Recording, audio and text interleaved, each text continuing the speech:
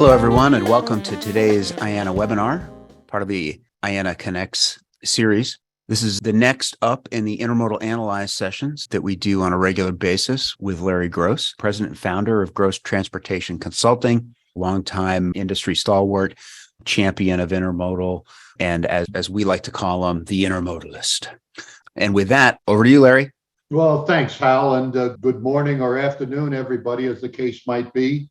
Thanks to IANA for sponsoring these series. Always great to be with you. Here's my contact information. If you have any comments or questions, you can reach me. So with that, let's see if we can't get going. Here is the latest data from the IANA ETSO database. ETSO, as a reminder, stands for Equipment Type, Size, and Ownership. And it allows us to break out the intermodal market into its two main constituents: international, which is the movement of 20 and 40 foot and 45 foot ISO containers intact, otherwise known as IPI or inland point intermodal. And that's the line in blue on these charts. Domestic is 53 foot domestic containers, a smattering of 48 foot containers still in the fleet, as well as what remains of trailer on flat car. And those numbers are in green on these charts. On the left-hand side, we have the chart that shows the monthly revenue moves as reported to IANA in the database. The blue and green working off of the right-hand axis. The red is total intermodal, and that works off of the left-hand axis. And a reminder that everything that shows up in here is volume for which the railroad receives revenue. So even if it's an empty, as long as it's a privately owned empty that the owner is paying to move the container or the trailer, it's going to show up in here as a unit, as a revenue move. Now, on the left-hand side, we have the monthly numbers. On the right-hand side, we have the same data adjusted for working days, and it looks almost completely different. I thought I would just take a minute to sort of review that, because I have come to really rely on the working day adjusted numbers as the ones that tell me more about what's going on than just the straight monthly numbers. And August, this past August, was a particularly strong example of that. We're now coming off of that in September, and there's a big decline from August to September. But if we look at it just from a working day basis, and here's an illustration. On the left-hand side, we had July of this year, and on the right-hand side, August. And the green are the working days, and the yellow are non-working days. So just from a very simplistic standpoint, August had 23 work days, which is just about as much as you can possibly have. A 31-day month with the first of the month landing on a Monday. You can't get more than 23 working days in a month. Whereas in July, you had only 20 work days. So you had 3 more work days in August than July. And what that means is that you needed to see an increase of 15%, 23 over 20, in order to just stay even. If you have a 15% increase from July to August in the monthly numbers, that's strictly a statistical fluke. An actual amount of activity per workday did not change. Especially in the month to month, these can be very, very significant. But even on a year-to-year basis, and that's what I'm showing on this chart now, it's still significant, because if I compare August 2021 to August 2022, there was 1 more workday in 2022 than 2021, and that's worth 4.5%. So if you see a 4.5% year-over-year gain from August 2021 to 2022, then that really is, again, an illusion, and the actual amount of activity is unchanged. It just happened to be which way the calendar fell. So with that sort of preamble, let's go back and look at these numbers. And I want you to concentrate on the right-hand side of this chart, which is the adjusted working days. So we're taking the monthly number, dividing it by the number of working days in the month to get to this revenue moves per average working day.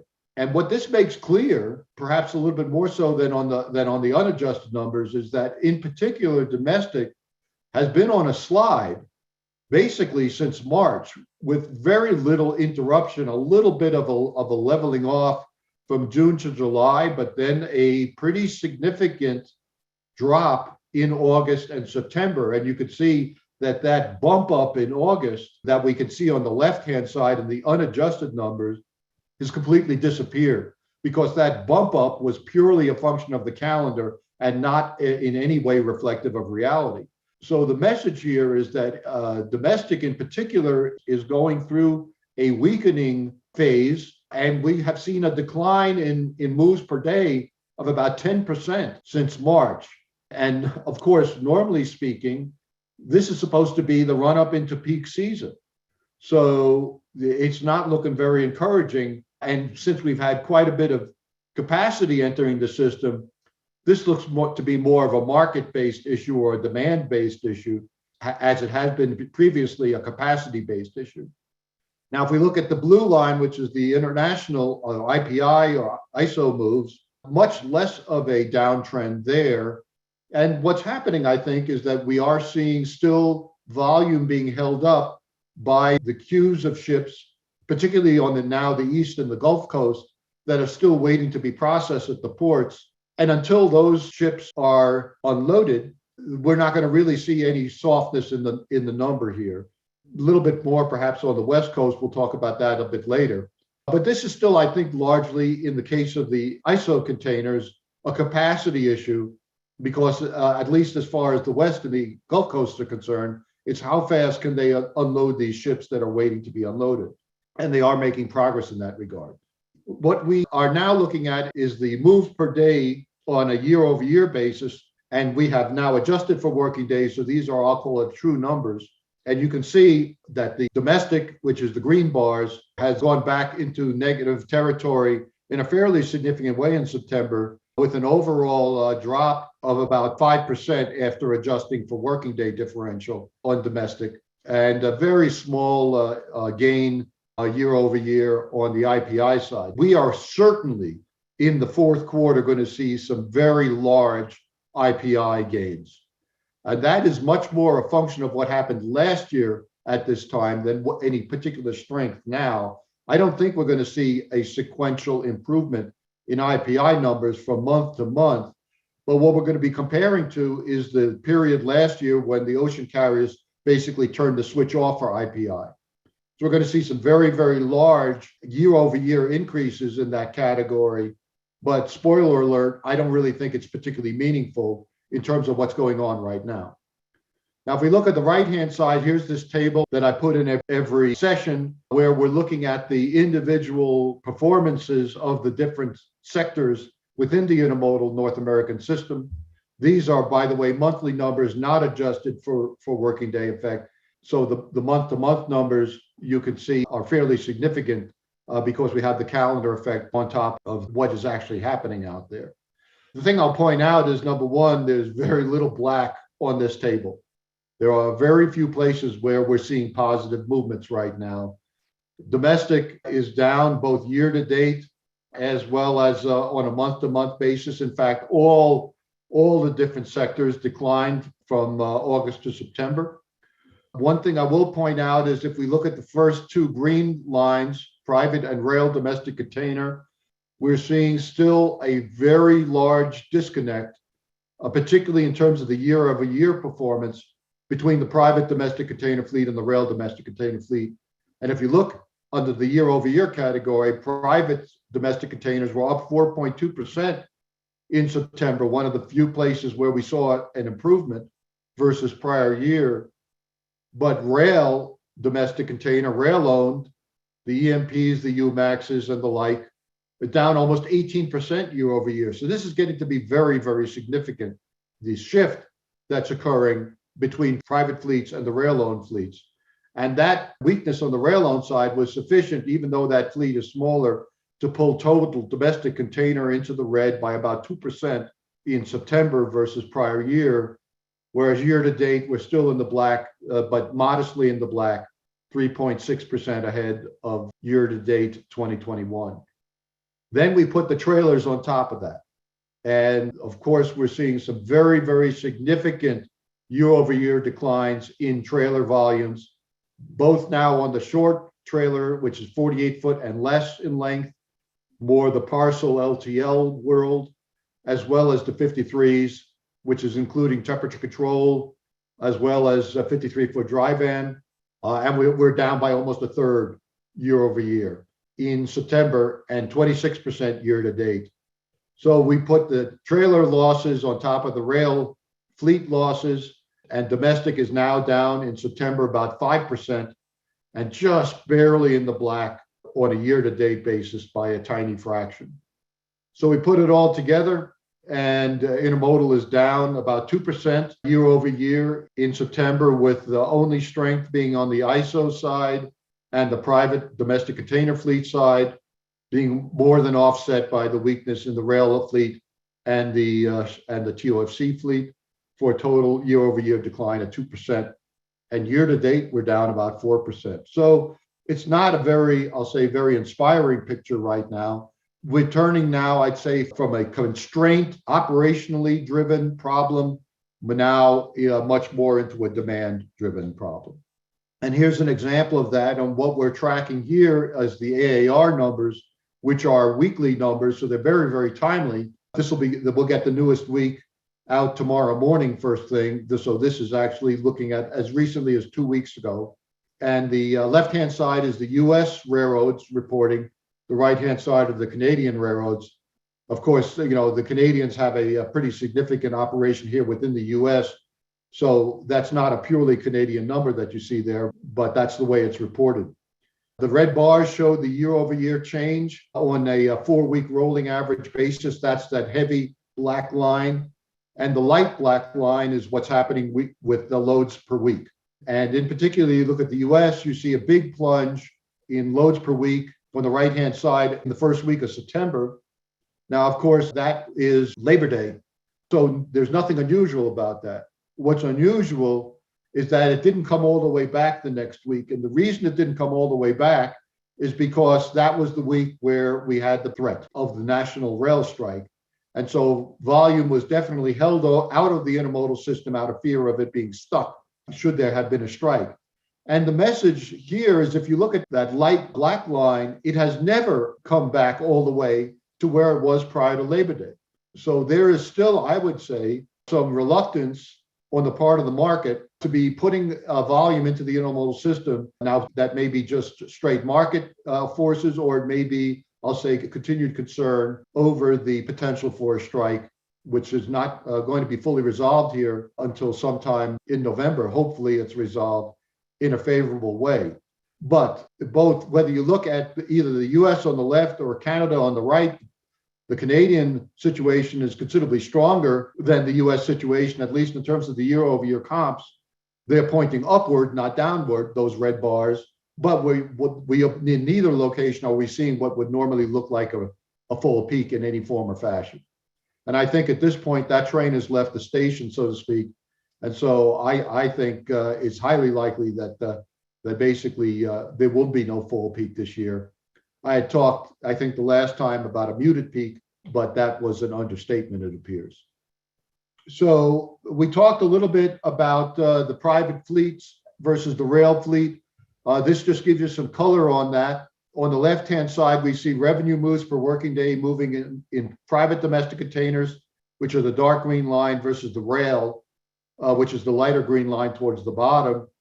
And we just see that the revenue moves per day are moving steadily down, particularly with regard to the rail-owned fleet, less so on the privates. We have seen, however, a large quantity of additional new equipment entering the private fleet. And so it's pretty clear from the trend that's occurred since June that not all of that equipment is being put to use, because equipment counts are going up at the same time that volume is going down. Some of that may be chassis related. I think, though, the likelihood is that we're looking at a little bit more of a market demand issue now than, I'll call it, an operational constraint. On the rail side, the volumes are dropping quite steadily, and certainly more than one could account for by fleet retirements. So it's pretty clear that there's a shift that's occurring here. And that shift is made very clear on this right-hand chart, which is the share of all domestic 53-foot container moves, revenue moves, that's occurring in privately owned boxes. And you can see that there's a very clear upward trend and not necessarily at this time any signs of it leveling out. This just shows you in a little bit of a different form what's happening with regard to the total domestic loads per working day. And we have the private domestic on the bottom, then that lighter green is the rail, the red are the 48 and shorter trailers, and then the yellow orange is 53-foot trailers. And so that gives you some idea of what the cumulative effect of the various movements have been.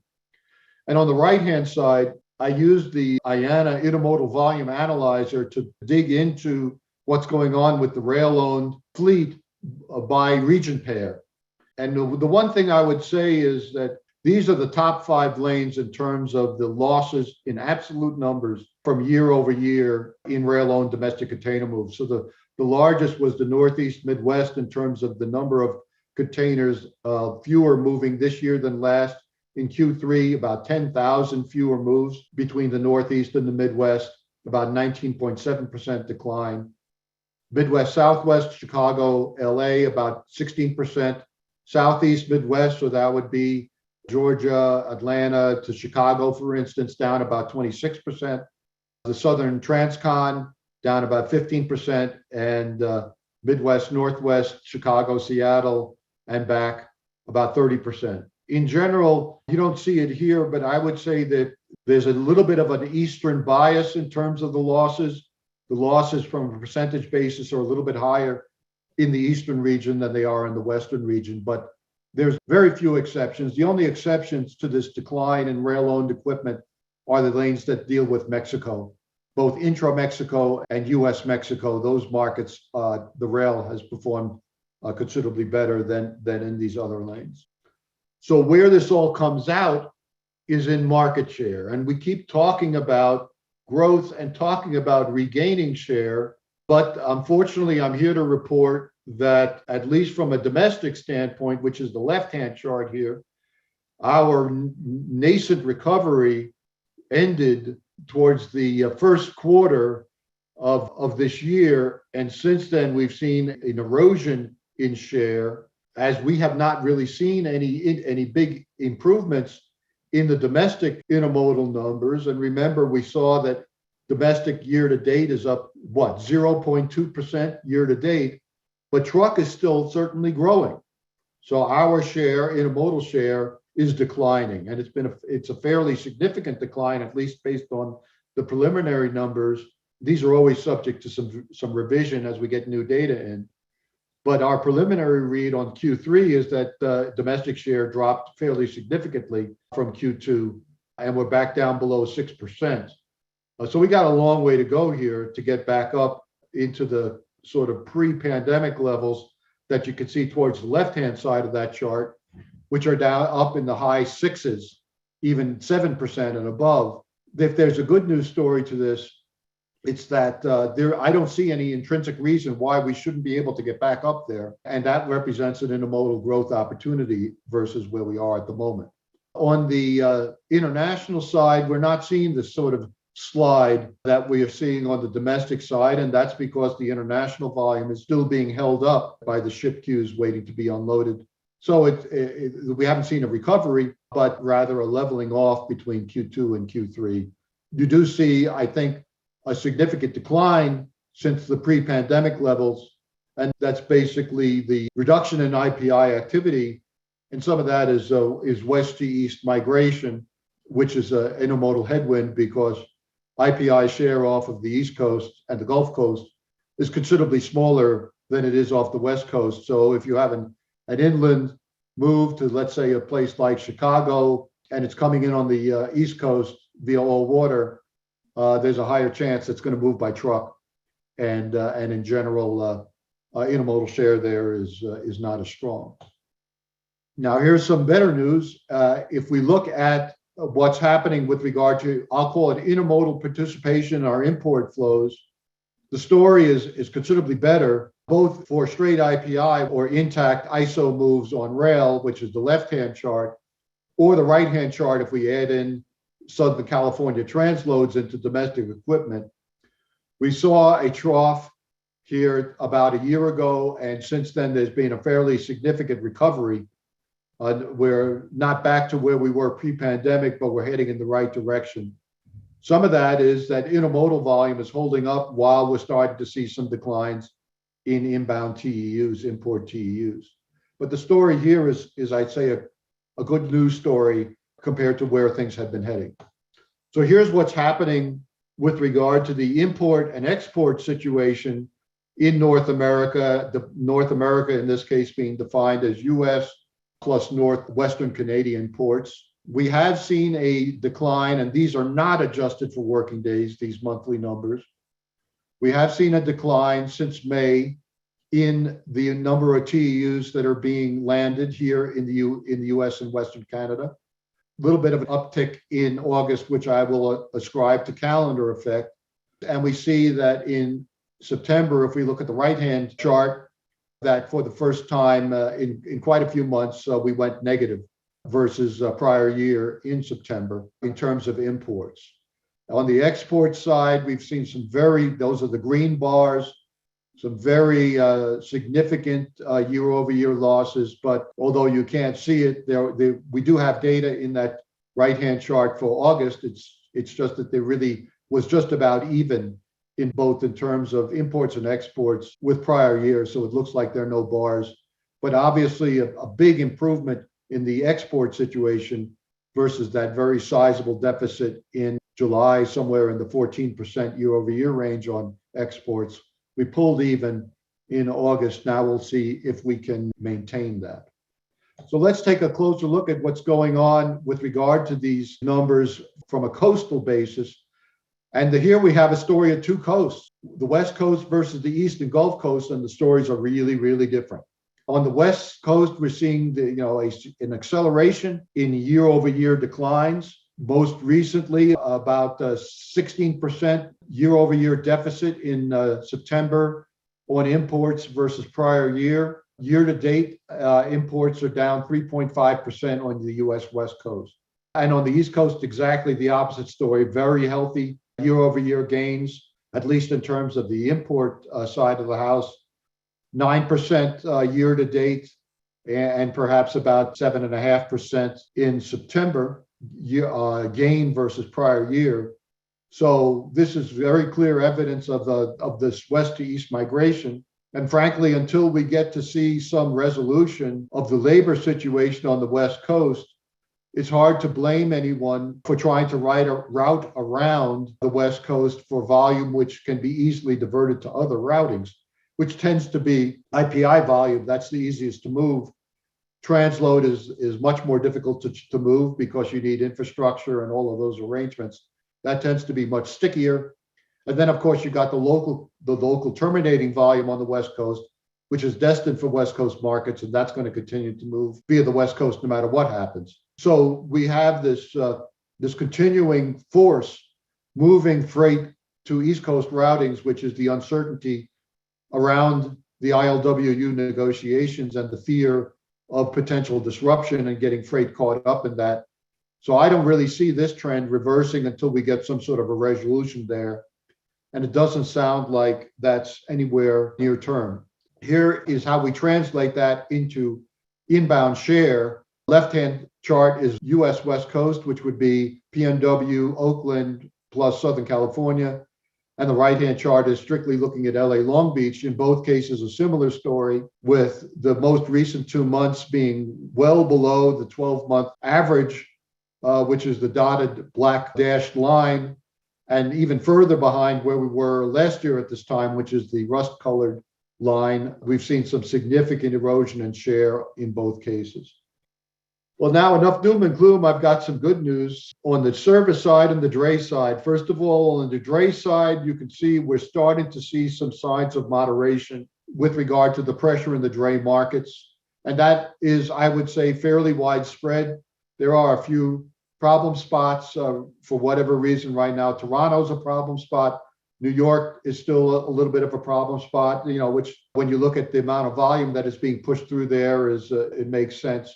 But in general, we are seeing an easing in the pressure, which is a combination of both beginnings of lower volume as well as more supply flowing back into the dray markets as truckers who exited to get into the long haul spot market or other lucrative fields are now returning as the situation softens elsewhere, and they're not able to make the kind of money that they were making.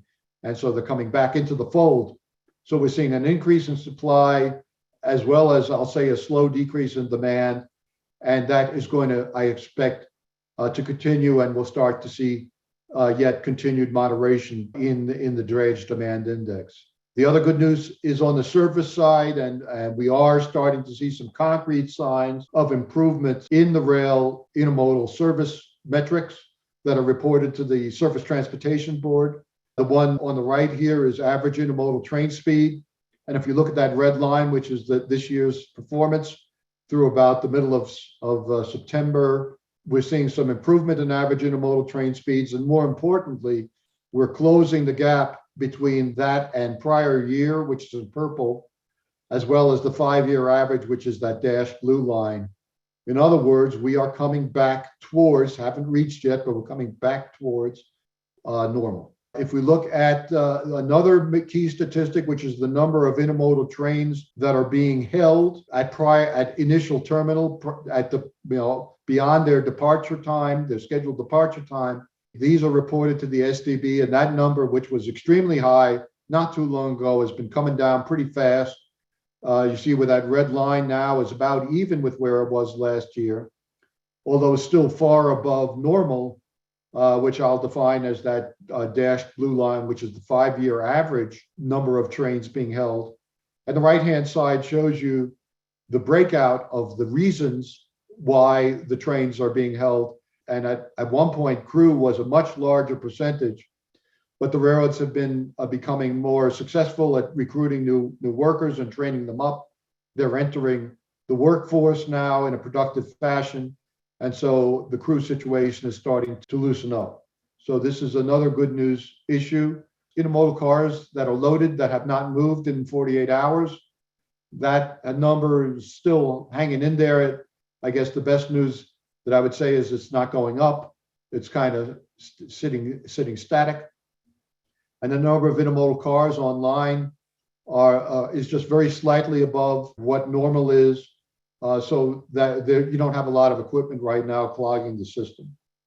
Here's the most significant, which is the percentage of trains arriving at their destination within 24 hours of scheduled arrival time. And that's the first time, this most recent week that I looked at, is the first time that number has cracked 80 since we've started tracking this data that was being supplied, is now being supplied to the STB under their direction for about the last 18, 20 weeks or so. So again, I'd say a good sign, and most of this progress is being made out west because the eastern roads were already up in the high 90s, mid to high 90s in terms of their percentage. So what we're seeing here, I think, is more a function of what's going on out of the west, and things are starting to look a little bit better there. So let me close, and we'll still have some time for questions with, I'll say, the major themes that I'm seeing. And sometimes I like to go back and look at what I said and see, and I think from your perspective as the audience, it's, when you see somebody making pronouncements, it might be useful to say, well, okay, how accurate were they before? So I decided this session to take a look at what I said 2 months ago and see what's held up and what hasn't. So the black print here is what I said 2 months ago, and the red is my current comments and my assessment. So when we say that, 2 months ago, we said the demand for freight was cooling in the domestic markets in particular, and imports will lag the trend, but not for long. And I think that my position on that is unchanged. We're certainly seeing that domestic cooling. We are not, seeing much less so on the import side because of the queues of ships. But we do know that the queues on the West Coast are down to almost nothing. The queues on the East Coast are shrinking. I saw a statistic this morning that there were 31 fewer vessels waiting to be unloaded off the East and Gulf Coast this month than there was a month prior. So we're getting to the end there, and then we'll see a fairly dramatic change in the IPI numbers and in the import numbers. And we're already seeing a preview of that because the ocean carriers are blanking voyages like mad. And so it's only a matter of time before we see the effects here. We talked a little bit last time about the change in the mix of the economy away from goods and towards services. And so whatever the GDP numbers are doing, it's going to be a little bit more acute for us here in the freight field. And I see nothing at this point that's causing me to change that outlook either. We're seeing a fairly strong, I'd say, demand for services. You look at the airlines, for instance, they're still hanging in strong, but you have folks like appliance manufacturers cutting back, laying off, and it's all very predictable because we all bought washing machines and dryers during the pandemic, and we don't need any more now. I said peak season will be muted 2 months ago. Well, that seems to have been a little bit too optimistic, and maybe the proper phrase now is peak season will be absent. High inventory levels, particularly on the retail side of things, we are still working through that problem, and I don't think it's going to be worked through until after the holiday season.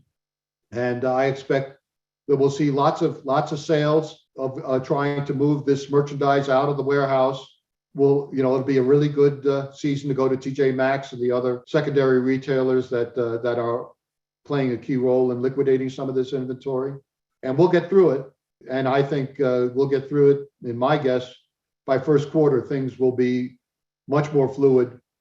And as a result of that, we're going to see some changes in cycle times, big time, once we get into the first quarter. Now, from a bad news standpoint, I said 2023 is a big question mark. Well, certainly in my estimation, and I'm by no means unique in this regard, recession now, it has the likelihood of that in 2023 has certainly come up pretty significantly. And in my view, it's more likely that we'll see a recession than not. Not to say we might dodge the bullet, but I'd say the odds are against it. On the international side, the key metric I said was to watch what's happening to ship backlogs, and we can see what's going on there. We talked about that. The system will begin to get some relief. I say now I'm much more towards late Q4 or maybe very early Q1 before we start to see decongestion. West to east migration will continue until the ILWU situation is settled. And the comment there is it still seems quite a ways away before we'll get to that. We will get there eventually, obviously. The question is when and how painful will that process be? Empties are a big problem, and they're going to be a big problem. So no change in that outlook. But we are seeing, I think, some relief on the chassis side, which is a function of some of these earlier points that we were making in terms of the system starting to become a little bit less congested. On the domestic side, the difference here is only that what was growth, minimal growth, is now shifted to declines. So the situation is becoming more acute. And I would say that I have been a little bit surprised at just how weak market demand has been. And one of the things that we'll be looking at is what's going on here. Are we seeing some continued difficulties in terms of intermodal competitiveness, which is what the share situation would indicate? Or are we just seeing sort of a harbinger of a general decline in domestic freight demand? My guess is probably a mix of both. But once intermodal gets its act together service-wise and starts, most importantly, to get the consistency that it needs, more so than speed, always the story is consistency, then I think we might be able to see some gains here. Because in times of softness, when folks aren't in a hurry to get their freight, then economics become much more important, and it's actually an opportunity for intermodal to gain share. But a key to that is pricing. And there's always, I think, going to be a tension between pricing and margin on the one hand and growth on the other. So the industry is going to be able to, I think, as we move into a period of freight softness, to hold its future basically under its control in its hands by how it approaches that situation from a pricing standpoint. And if the pricing gets to be more aggressive, I think there will be an opportunity to grow intermodal. But if, on the other hand, things like operating ratio are sacrosanct, and we don't see a lot of competitiveness between intermodal price and truck, well, then there'll be plenty of truck capacity out there. And so I don't think we'll see the migration back to intermodal that might be possible. And where that lands is I think, something that we're just going to have to watch and see. When we see, on the second bullet point, when we see 53-foot trailers going down a third, 33% in a year, just mathematically, there's not much time left in that conversion. Now, that has been a boost for domestic container because we know that some of that 53-foot volume is converting. But it's been a downward pressure in terms of total domestic, because we also know that a substantial portion of the 53-foot trailer volume has not been converted to domestic container, going back to the highway. So once this process is concluded here, maybe 24 months from now, who knows, somewhere in that time frame, then that will remove that static from the system. We talked about cycle times being elevated, and I still believe that when we transition to a more normal situation, that transition is going to be pretty quick. And these changes will very often occur faster than human nature would expect, because human nature tends to say, well, it's so high, it's going to come off gradually. But we only need to look at what's going on right now on the international container rate side to see that when things turn, they can turn in a hurry. And my contention is that when the situation turns with regard to cycle times and the system gets unlocked, then these cycle times are going to come back down fast. And so as a result, a tremendous amount of capacity is going to be created basically out of thin air, because the productivity of the containers and the chassis in terms of loads per month or loads per year is going to go up. So it's going to be as if we had more equipment in the system. And what's going to happen is that this improvement in equipment productivity is going to collide with a waning demand situation. And so we're going to have a lot of excess equipment. My view now is that it's more likely than my view was 2 months ago. So the conclusion here is keep those seatbelts fastened, and that is unchanged. So with that, Hal, I'll turn the mic back over to you. First, I'll give you my shameless plug. If you like this kind of data and really want to get into the weeds and get more than every other month this kind of benefit, subscribe to Intermodal In-Depth at www.intermodalindepth.com. And we would love to have you all as subscribers for as little as $200 for the first 6 months.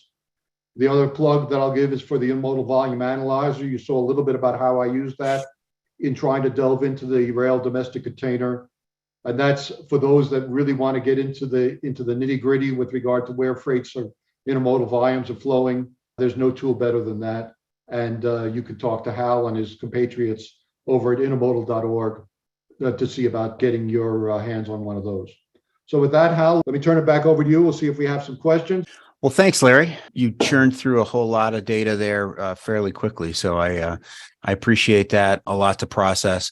Got a lot of good questions. And why don't we just go ahead and dive in? One question is around the drayage demand index that you called out.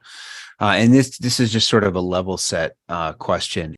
When was the basis point of 100 set as the average? And then when was it recalibrated to reflect these higher levels, and what does that look like going forward? Well, I mean, that's a great question, because the 100 in the drayage demand index, first of all, what we are measuring there are the number of clicks that drayage.com is seeing from folks looking for drayage services. So the theory being that the more clicks that are happening, the more the demand. 100 was set as the average, and that was the average over the 2015 to 2017. So 36 months of clicks, that was set as an index of 100.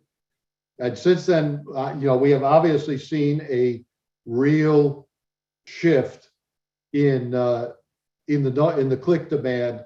So, we had said originally that anything over a level of 300 is really, really tight. Well, we've been over 300 for the last 18 months and as high as 700. So that's the meaningfulness of the level is probably not that great right now. We need to reset it or recalibrate it. We haven't done that yet. So from my standpoint right now, the main thing to focus on is the trend and not the level. And the trend is showing a decline. So I'm fairly comfortable saying that, but beyond that, I acknowledge that our measure there is strictly, I use the phrase, a candle in a dark room. It's a very dark room and a very small candle. Thanks, Larry. That's a good one. And another question around drayage. You mentioned that drayage or the demand for drayage is improving, which is the pressures kind of being backed off. And the question is, wouldn't that be due to decreased shipping volumes as opposed to improved operational capacities? Well, the demand equation is always a function of both, right? We're trying to measure the pressure in the market. Right. Now, the data here is woefully short. Thankfully, I have my secret weapon, which is Jason Hilsenbeck. And before I do one of these sessions and before I put out my report, I always have a conversation with Jason because there's nobody that's closer to that market than he is. And I'll speak for him and say that he is seeing a migration of drivers back into the field. And as well, he's seeing a migration of drivers who had split off from some of the larger fleets to get on their own and found their own little drayage company, now retreating back to the mothership, which is an indication, I just think, that the supply-demand equation is changing. And we don't have, or at least I don't have the data to sort of ascribe with any precision how much of it is market or how much of it is supply. If I look on the international side, we are not seeing yet huge declines in year-over-year volume. So, to me, the supply side is pretty moderate. So that means that the demand side is changes moderate. So that means the supply has to have a piece of it. So speaking of demand, would you be anticipating that the overall lower demand for goods, which seems like to be the case from what you were saying, should have a corollary improvement on container cycle times? Well, ultimately it will, but that won't happen until the warehouses are unclogged. So you could make the argument that in the near term, if folks are not buying the goods and the stuff is not moving off the store shelves, it's not going to move out of the warehouse. And so we won't see that sort of last point in the chain get unplugged. Once that one gets unplugged, then everything will start flowing through. It's almost like a pipeline, and we've got a constriction, a valve that's half closed, very close to the end of the line. Until that valve is open, it's going to be backed up all along the way. Yeah, and that seems to be a universal theme in several of the questions too, is with the way things seem to be going, more available equipment and perhaps the inputs slowing down at least a little bit, the system may be able to catch up and clear the backlog and kind of return to normal. Yeah, I'm just saying how that everybody should be sort of really alert, because that change, when it does happen, when things get unlocked or unstuck, could be pretty quick. Yeah, you mentioned that. I think that's an interesting one. Certainly, pricing has a whole lot more elasticity in terms of being able to change quickly than necessarily the physical system. But like you said, they can work miracles, those grounds crews. Speaking of comparisons and year-over-year comparisons, and this is one that I know we've touched on in various ways, of the sort of the notion of what is the new normal or what is normal. But it's specifically about year-over-year comparisons. Are they actually fair right now, considering that 2019, 2020, and 2021 were such weird years. So is it possible that the decline that we're looking at or we've seen is more normalization than true, things just continuing to drop? Well, I mean, I do think that, well, it's interesting the use of the term fair, right? I mean, the year-over-year comparisons are one tool that we use to try and understand what's happening with regard to the overall situation. And when we look, and my suggestion always is when you look at the year-over-year comparisons, that you do so with sort of those kind of questions that the questioner posed absolutely in mind. Mm-hmm. Now, for instance, one thing that we have seen over the last 18 months, never mind the level, but we've seen an absolute absence of seasonality. So, which is totally abnormal. Yeah. And the reason for that is because we've been capacity limited, not demand driven. So the volumes from month to month have been a function of, well, how much freight can you push through the system? We have an essentially unlimited amount sitting out here. So so what's going to happen now is, particularly as we move into next year, is we're going to see, I'll say, more normal seasonal behavior, which is going to look really painful, for instance, in the first quarter. If we see a normal seasonal first quarter, we're going to be comparing it to a 2022 where there was no seasonal dip. Right. And then we're going to, and the same thing on the flip side with regard to fall peak, right? We're not seeing a fall peak this year. So that's going to look a little bit painful from a domestic standpoint. So whenever we look at the year-over-year changes, we have to look at what was going on a year ago versus now.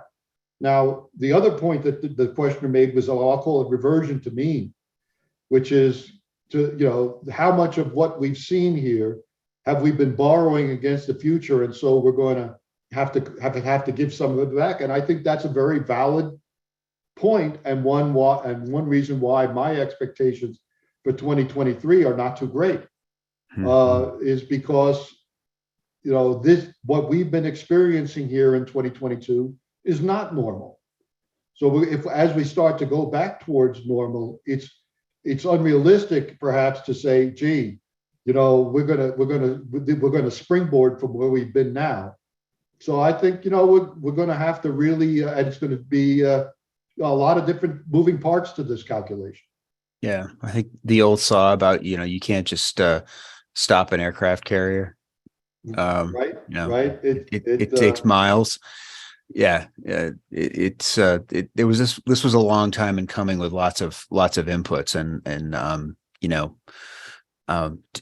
slowing down the number of containers rolling off of the ships on the West Coast isn't necessarily going to have an overnight impact. Right. And to kind of flip that around, here's a question around the effects of volume in September. And this question is an interesting one around the threat of a rail strike.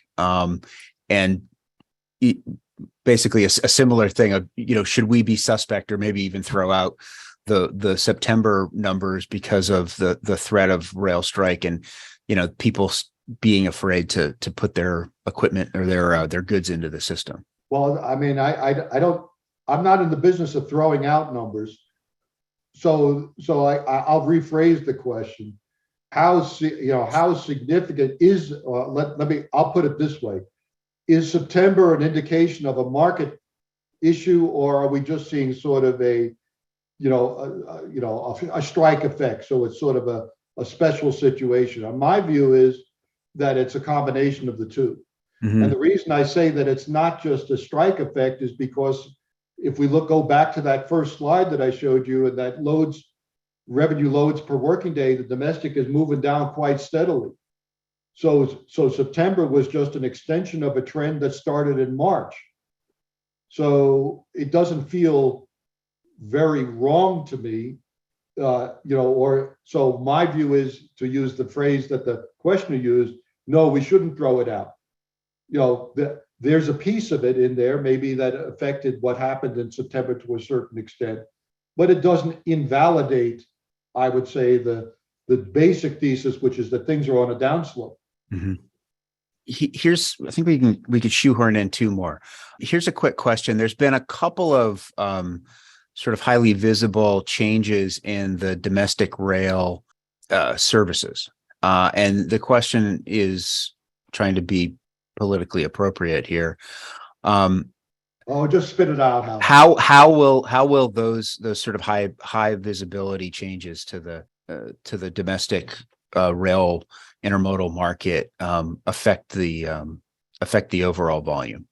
So, I mean, if we're referencing here things like BCOs acquiring their own fleets and such, then clearly that is one of the. I mean, there is two potential effects of that. One is I'll call rail domestic container conversion to private. That is surely one of the things that's driving that.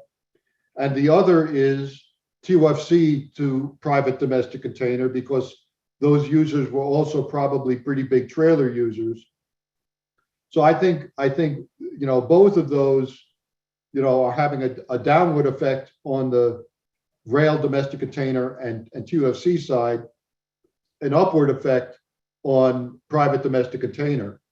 So that's a piece of the puzzle, but at the end of the day, we're still left with the fact that domestic is going down and domestic is lower year over year. So not all, we are seeing, I think, growth on the intrinsic growth on the private side, but not all of the stuff that's coming out of rail domestic container, and more so, not all of the stuff that's coming out of TOFC is staying on the rail. Some of that stuff's going back to the highway. Yeah, and I think we'll finish on this quick question, but I think you just answered it. Is do you expect transloading to continue to grow in 2023? Well, transloading, I mean, there's an implication there, which is that it will continue to grow. It has been, I'd say, relatively constant as a percentage of the freight that, let's say, comes in to Southern California. A fairly constant portion of that has been transloaded. What's happened is that a much smaller portion of it has gone out as IPI. That number has gone down.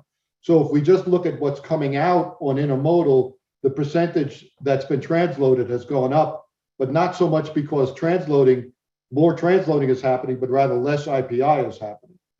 Now, I'd say there's lots of transloading starting to occur in other locales, like the PNW, like Western Canada.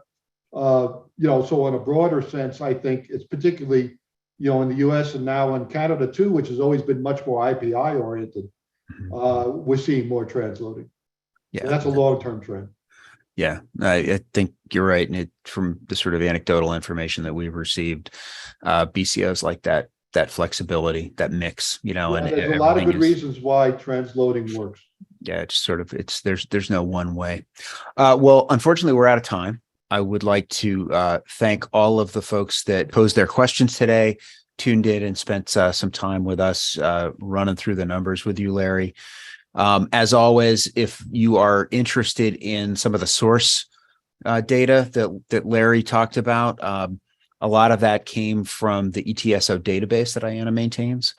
So if you're interested in digging into the raw numbers, you can reach out to us either by visiting intermodal.org and going to the data and statistics page, or just send us an email at info@intermodal.org.